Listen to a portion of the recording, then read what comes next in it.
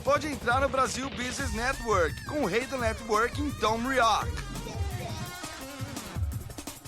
BBN Brasil Business Network, o podcast de negócios do Brasil. Eu sou Tom Rioch, o americano conhecido como o rei do networking, e falando do meu estúdio em Campinas e conectando pessoas. Conversamos com empresários, empreendedores e especialistas no mundo inteiro. E hoje falamos com a Vanessa Puerta. Ela é uma profissional de comunicação corporativa com mais de 20 anos de experiência em marketing, assuntos corporativos, serviços ao cliente, ética e compliance em empresas multinacionais. A Vanessa já participou algumas vezes no nosso podcast irmã Talk to Brazil, programa em inglês. Com isso, seja bem-vindo, Vanessa, ao BBN Brasil Business Network. Muito obrigada, Tom. Muito obrigada por esse convite, por esta oportunidade. E para nossos ouvintes, vocês também estão falando com a gente do seu home office, né, Vanessa? Sim, estou falando do meu home office aqui em São Paulo e muito bom nós nos conectarmos e podermos contribuir com conteúdos, né, e dicas para as pessoas que também estão em home office e se adaptando às novas rotinas. Sim.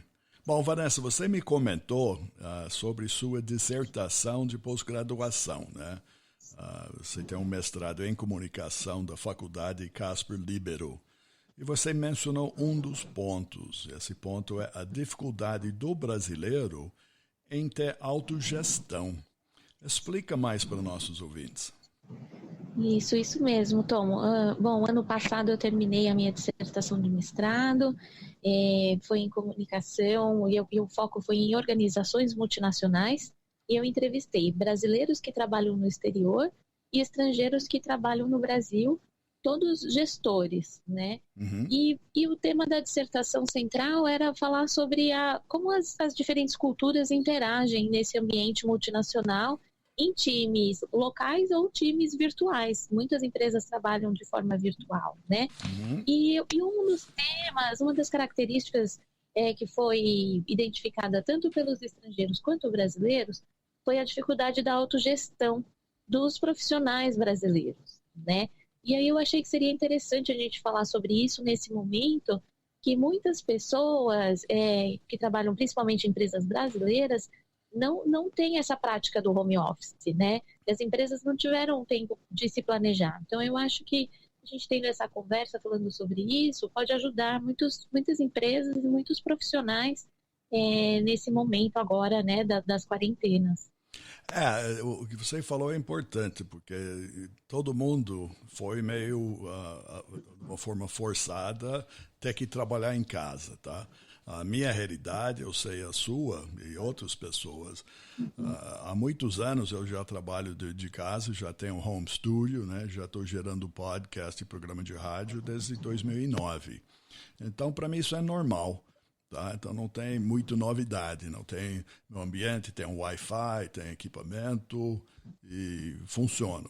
Mas para a maioria realmente essa é uma novidade. Primeiro de ter o espaço físico para trabalhar em casa. Sim, o que é importante, né? Separar o que é o trabalho do que é a rotina da casa, né? E ainda nesse tempo de quarentena que todas as pessoas da casa estão na casa, né? As crianças não têm aula, as pessoas que têm mais idade também precisam ficar em casa, todo mundo sair o mínimo possível, né? Então é preciso que a pessoa se organize, né, para esse home office. Uhum. E normalmente o escritório ele traz uma questão do pertencimento da pessoa, né? Sim. Quando ela está no escritório, ainda muitas empresas têm a mesa do trabalho, a pessoa tem as suas coisas ali na mesa, né?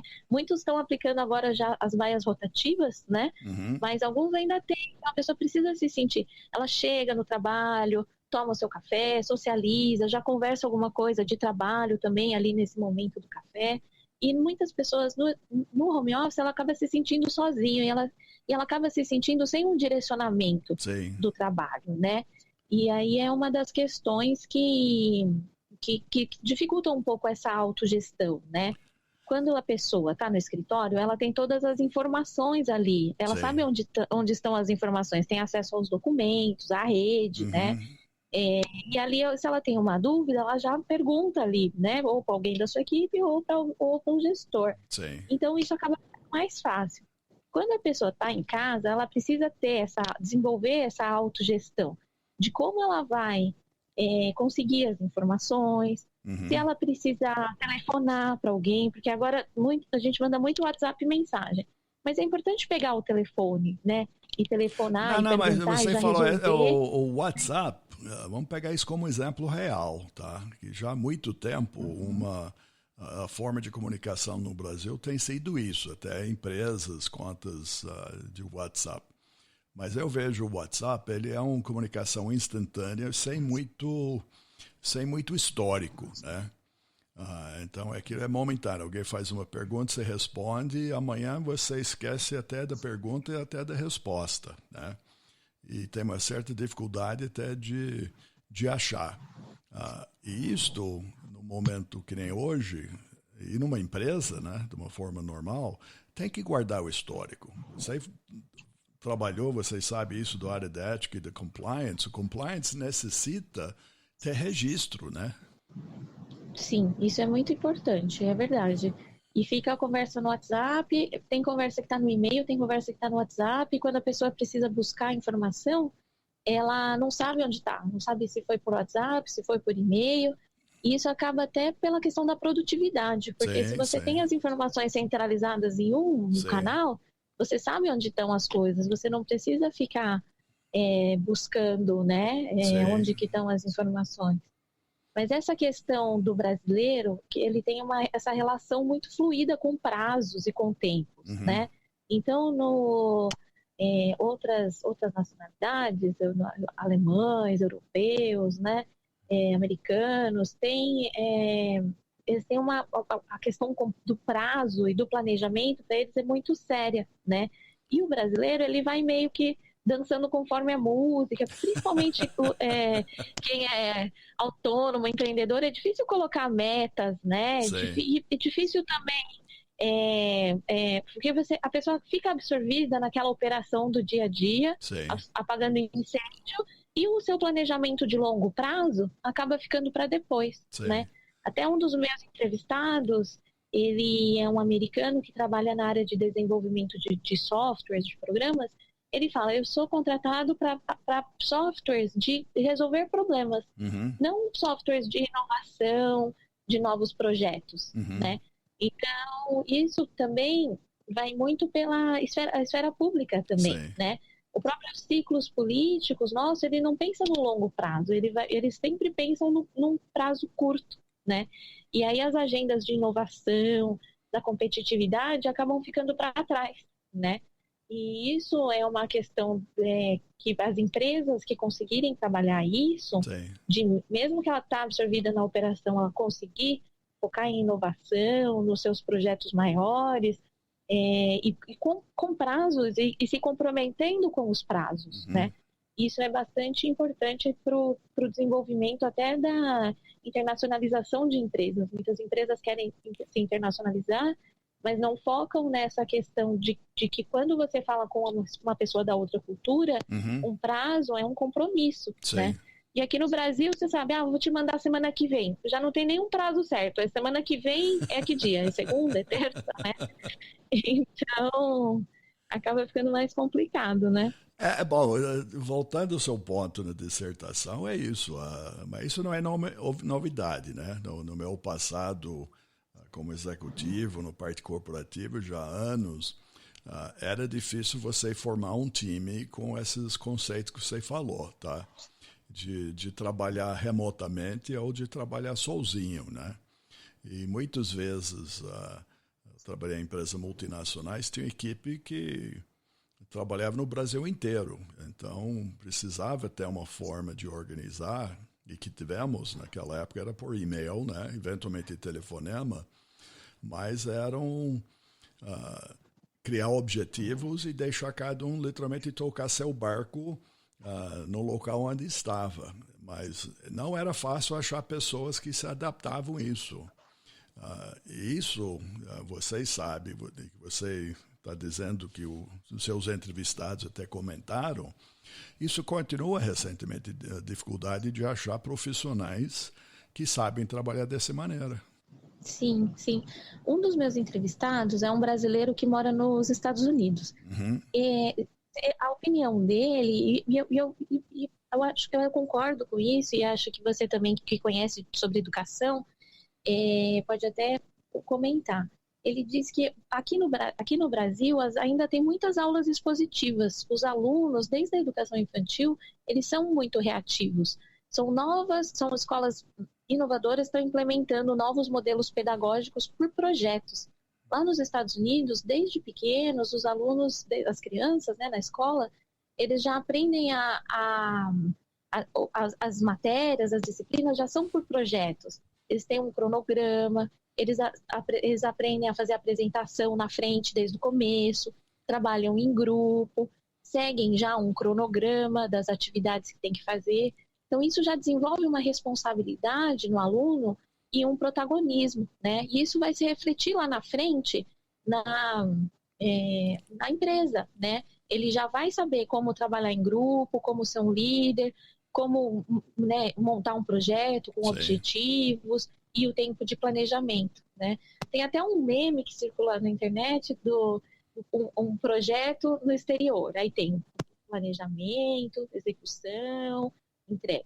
Aí tem no Brasil procrastinação, um tempo grande, correria, entrega, né?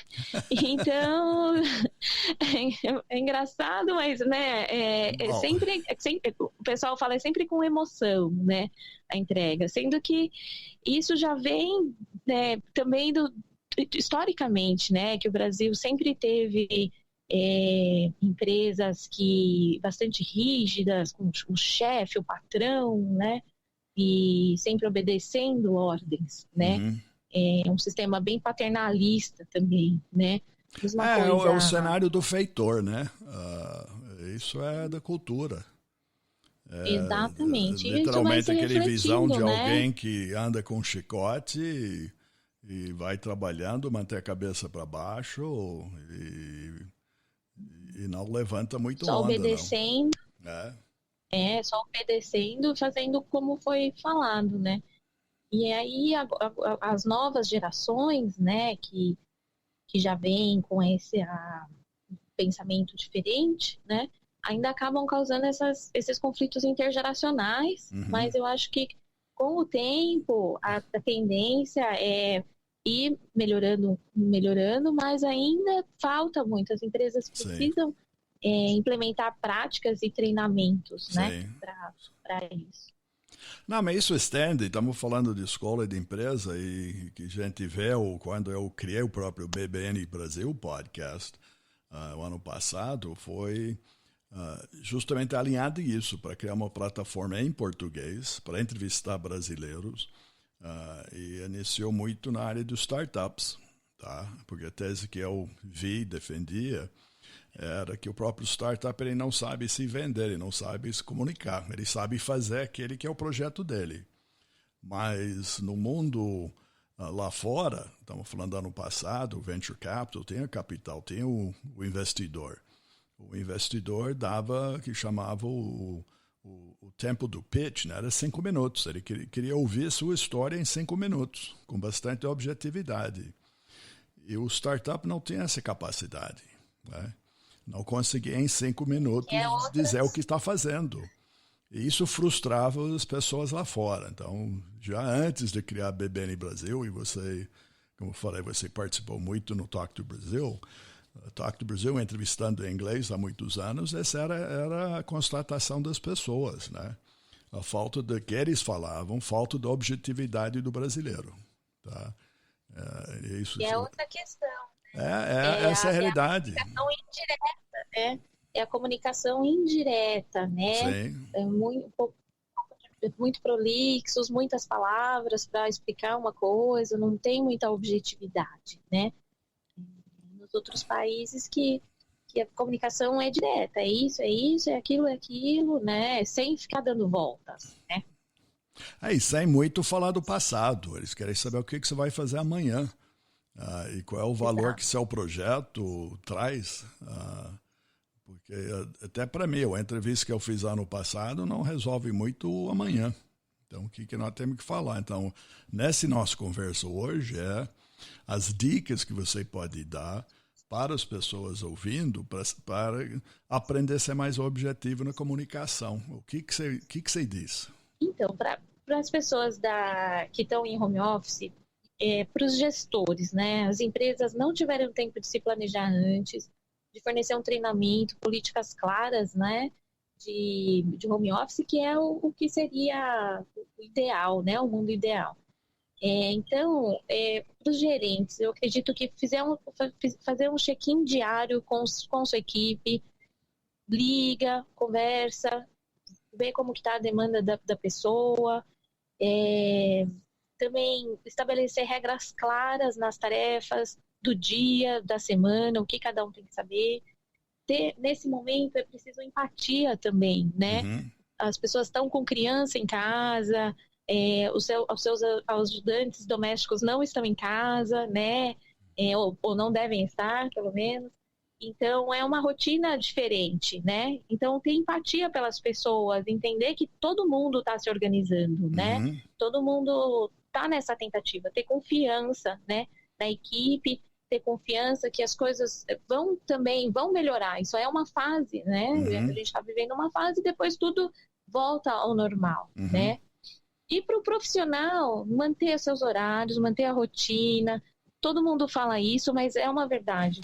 Separar um local para o seu trabalho, coloca a sua roupa de trabalho, se alimentar bem, se hidratar, né?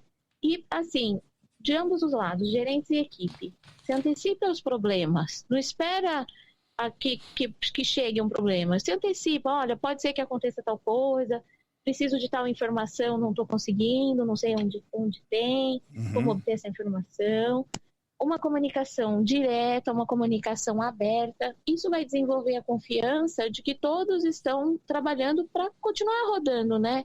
As empresas, imaginando um pequeno escritório, né? Um escritório de contabilidade, um escritório, bom, de qualquer área, né? Que as pessoas precisam continuar atendendo os seus clientes, né? Papai, deixa eu pegar um ponto. Você mencionou a volta normal.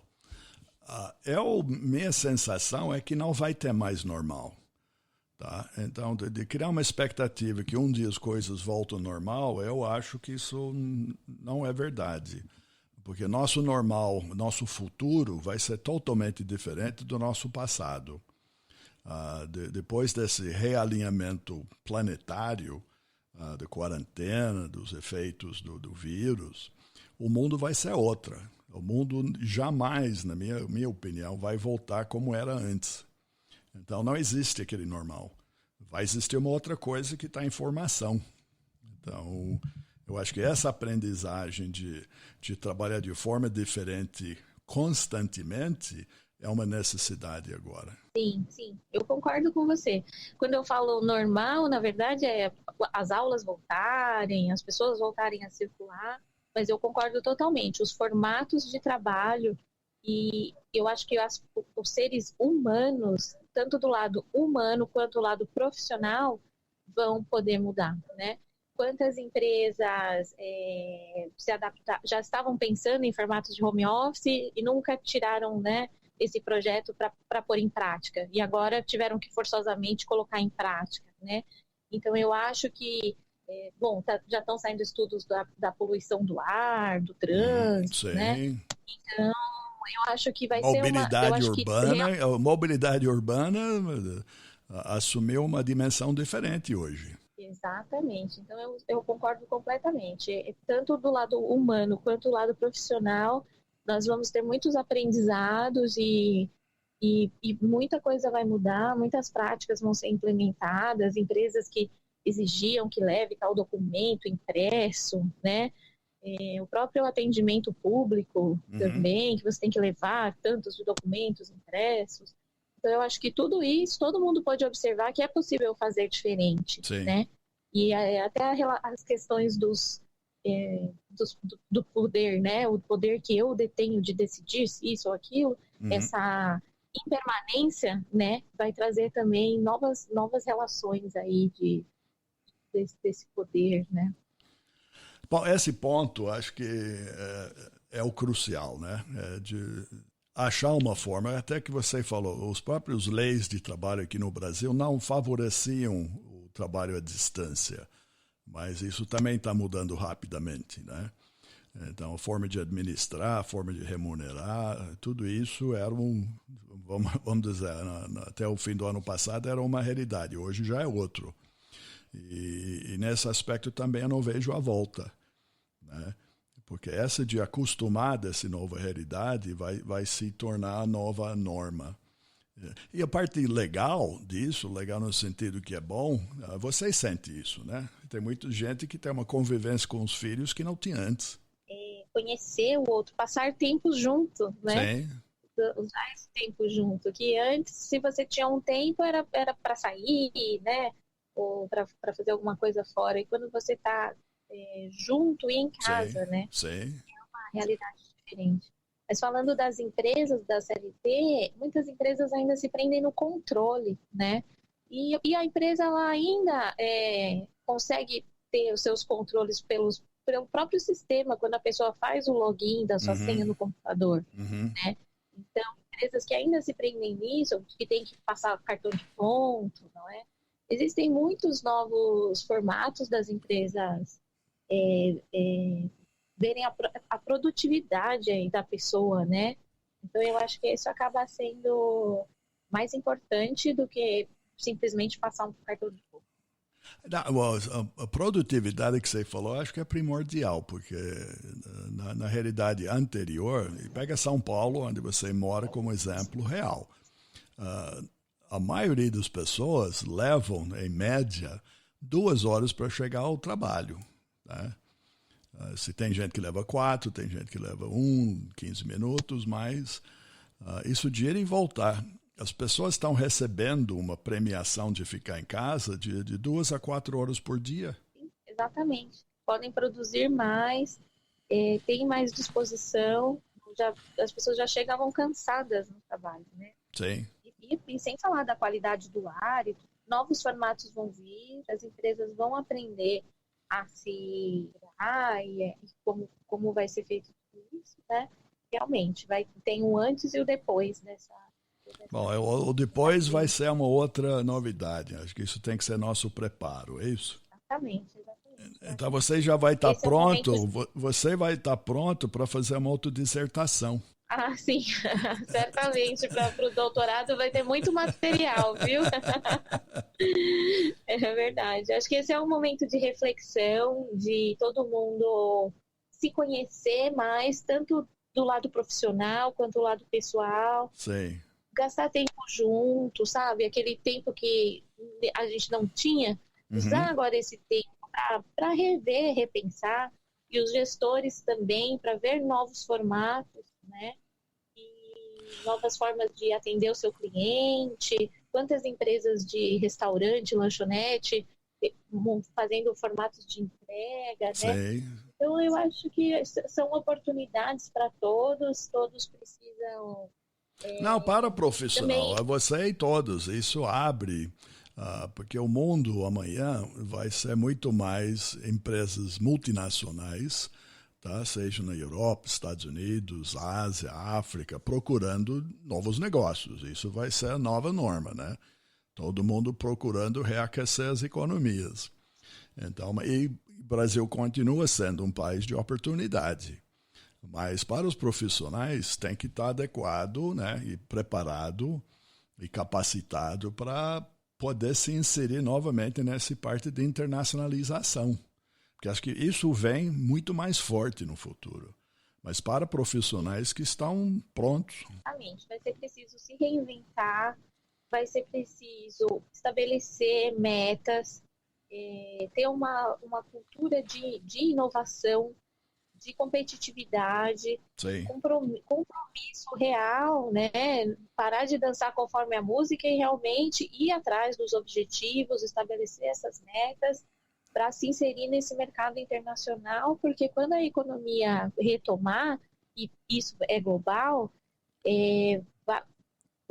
novos serviços vão surgir, novas formas de fazer as coisas vão surgir, e quem estiver preparado, quem estiver à frente disso, vai poder ter muito benefício. Mas seu exemplo, acho que é o real.